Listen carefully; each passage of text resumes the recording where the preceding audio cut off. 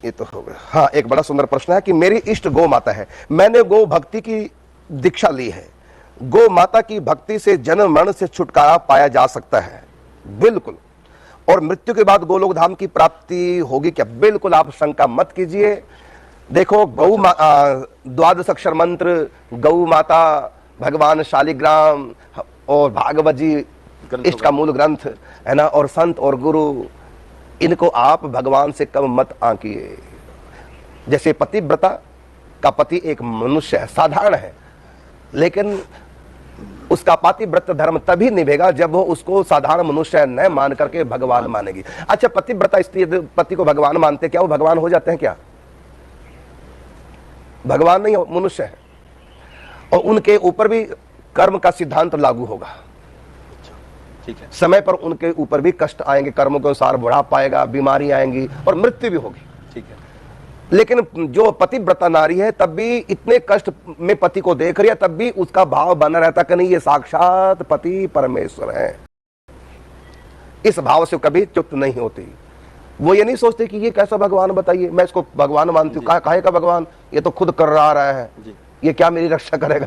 तो ऐसा उसके मन में भाव नहीं आता। इसी प्रकार गाय को लेकर भी कई लोग प्रश्न करते हैं कि कहते हैं साक्षात भगवान है, ये तो इतनी परेशान है, अत्याचार हो रहा है, कत्लेआम हो रहा है गऊ का, ऐसा ऐसा हो, क्या क्या लोग बोलते हैं।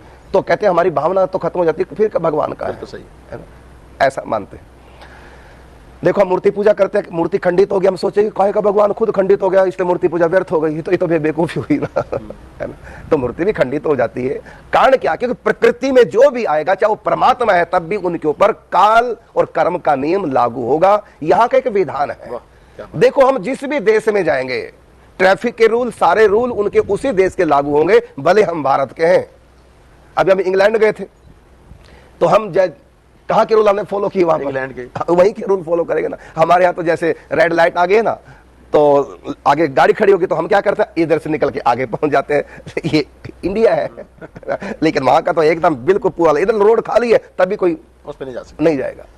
तो जिस देश में हम जाते हैं, उस देश के रूल हमारे ऊपर लागू हो जाते हैं, भले हम इंडिया के हैं, लेकिन जिस देश में जाएंगे उसी देश के रूल होंगे। तो परमात्मा भी इस देश में जब आते हैं, तो उनके ऊपर भी वही रूल लागू होंगे। वो करते हैं अपने ऊपर, यद्यपि वो इनसे परे हैं, लेकिन फिर भी अपने ऊपर उन सब। भगवान भी गायत्री मंत्र जप करते हैं, श्री कृष्ण भी गौ माता की सेवा करते हैं, और गौ दान करते हैं, गायत्री जप करते हैं, तीर्थ यात्रा करते हैं, सूर्य ग्रहण पे स्नान करने आते हैं क्योंकि पुण्य है। ये सब रूल भगवान के ऊपर भी। बलराम जी भी तीर्थ यात्रा करते हैं, स्वयं ठाकुर जी हैं, शंकर जी स्वयं ठाकुर जी हैं, लेकिन माला से जप कर रहे हैं। राम जी ने गुरु बनाया, राम जी ने गुरु बनाया, कृष्ण ने गुरु बनाया। तो ये वो, क्योंकि वो जब आते हैं इस धरती पे, तो यहाँ के पूरे रूल अपने ऊपर लागू करते हैं। और साथ में ये भी बता देते हैं कि मैं आम व्यक्ति नहीं हूं। यदि वो बालकों की तरह मिट्टी खा रहे हैं, क्योंकि प्रत्येक बालक मिट्टी खाता, तो कन्हैया भी मिट्टी खाएंगे। लेकिन साथ में बता देता है कि मैं मिट्टी खाने वाला बालक, मुझको साधारण ना मान लेना, देखो मेरे मुख में पूरा ब्रह्मांड में भगवान, तो वो भी साथ में दिखा देते हैं।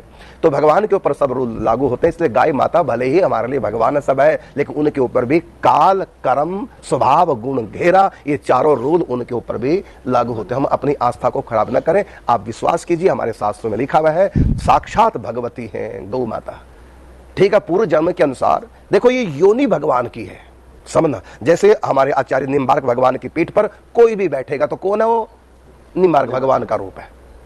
ऐसी प्रधानमंत्री गद्दी पे कोई भी बैठ जाए, उसको वो प्रधानमंत्री है। इसी प्रकार गाय का जो है योनि, गाय की वो ब्रह्मा की सृष्टि के अंतर्गत नहीं है। गाय की योनि सुरभि माता से, और सुरभि स्वयं ठाकुर जी से प्रकट हुई है। तो भगवान का अंश भगवान है, हमारी आत्मा भगवान का अंश, शरीर भगवान का अंश नहीं है। लेकिन सुरभि गाय का शरीर भी, आत्मा भी भगवान का अंश है। तो भगवान से प्रकट हुई। आप गोलोक धाम पढ़िए, क्या गर्ग संहिता, ब्रह्म वैवर्त पुराण, तो स्वयं श्री कृष्ण के श्री अंग से भगवती सुरभि गाय माता प्रकट हुई है। अब ये कोई ब्रह्मा जी की बनाई होनी थोड़ी, उन्हीं का अंश ये अब तक चला आ रहा है। हाँ, उसमें जो आत्माएं हैं वो 84 के चक्र में पड़ी तो सबको गाय माता का शरीर मिल जाता। तो देह की दृष्टि से वो भगवान का स्वरूप है, और आत्मदृष्टि से कोई जीव आत्मा है जो गाय की योनि को प्राप्त की है, वो कर्मों के अनुसार सुख दुख पाती है। तो जो गद्दी है गाय की, वो भगवान की गद्दी है, वो भगवान है। अब उसमें कोई भी आत्मा बैठ गई, जैसे गद्दी प्रधानमंत्री की है, उसमें कोई भी बैठेगा वो प्रधानमंत्री है।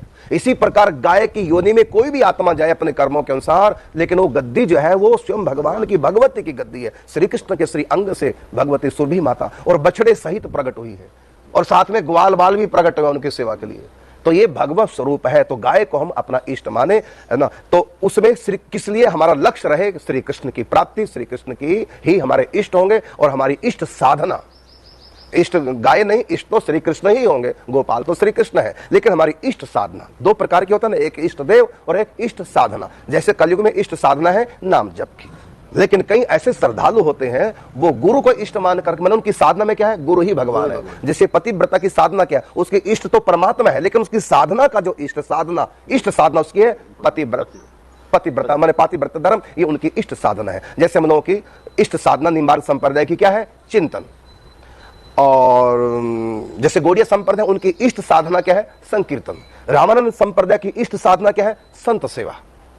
ऐसे हमारे सामने बैठे अपने पुष्टि मार्ग से है तो ठाकुर जी हमारे, तो आपकी इष्ट साधना क्या है, वह है ठाकुर जी की सेवा, है ना। इसी प्रकार श्री संप्रदाय की इष्ट साधना पूजा है, पूजा में सेवा में अंतर है।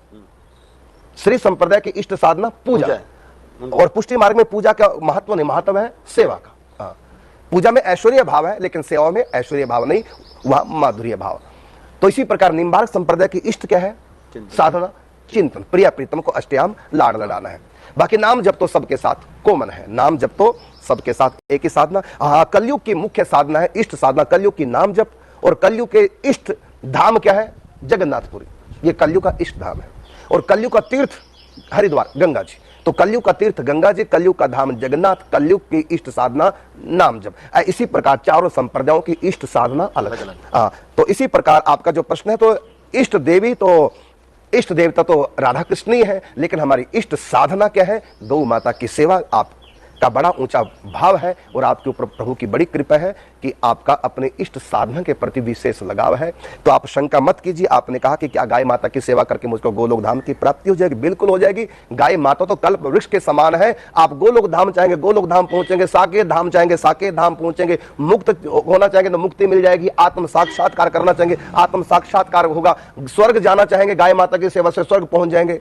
जो भी आपको चाहिए, इस जन्म में भी आपको कुछ भौतिक चीज चाहिए वो भी आपको प्राप्त। तो लौकिक, पारलौकिक और अलौकिक कुछ भी आप चाहेंगे गाय माता की सेवा से, तो आपका तो सर्वोपरि लक्ष्य है गोलोक धाम की प्राप्ति बिल्कुल होगी। आप निश्चिंत रहिए।